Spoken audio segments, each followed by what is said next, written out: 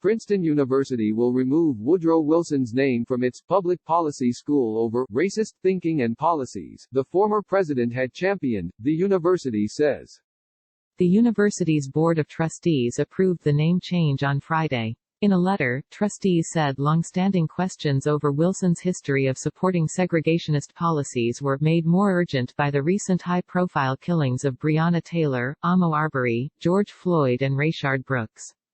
Trustees noted that Wilson infamously segregated the nation's civil service after decades of racial integration.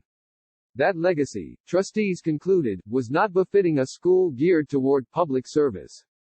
We have taken this extraordinary step because we believe that Wilson's racist thinking and policies make him an inappropriate namesake for a school whose scholars, students, and alumni must be firmly committed to combating the scourge of racism in all its forms, the board said.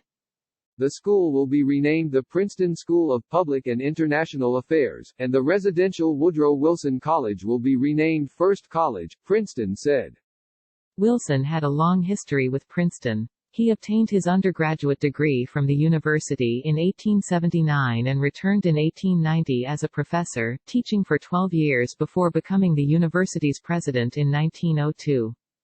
Princeton appended Wilson's name to the School of Public and International Affairs in 1948 when it added a graduate program. In addition to the Public Policy School and Residential College, a prestigious alumni award also bears Wilson's name. Trustees say Wilson's name will remain on the Alumni Award however, because it was endowed by a gift that came with a legal obligation to name the prize for Wilson. Alongside the veneration have also been concerns by students over Wilson's prominence on campus. In 2015, students protested, occupying the president's office. In response, the trustees assembled a special committee to review concerns over Wilson's legacy and provide recommendations.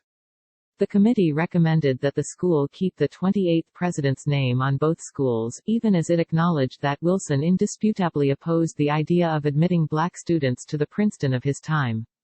But as anti-racist protests surged across the nation, the celebration of Wilson's legacy at Princeton was one more long-standing debate to re-enter the spotlight. Students of the Public Policy School recently sent a letter, dated June 22, demanding, among other things, a name change. If Princeton saw fit to change the name of the School of Public and International Affairs in 1948 to reflect the politics of the mid-century United States, then it is time to change the name once again, over 60 years later, to reflect the morals and principles of our institutional identity in 2020, the letter read.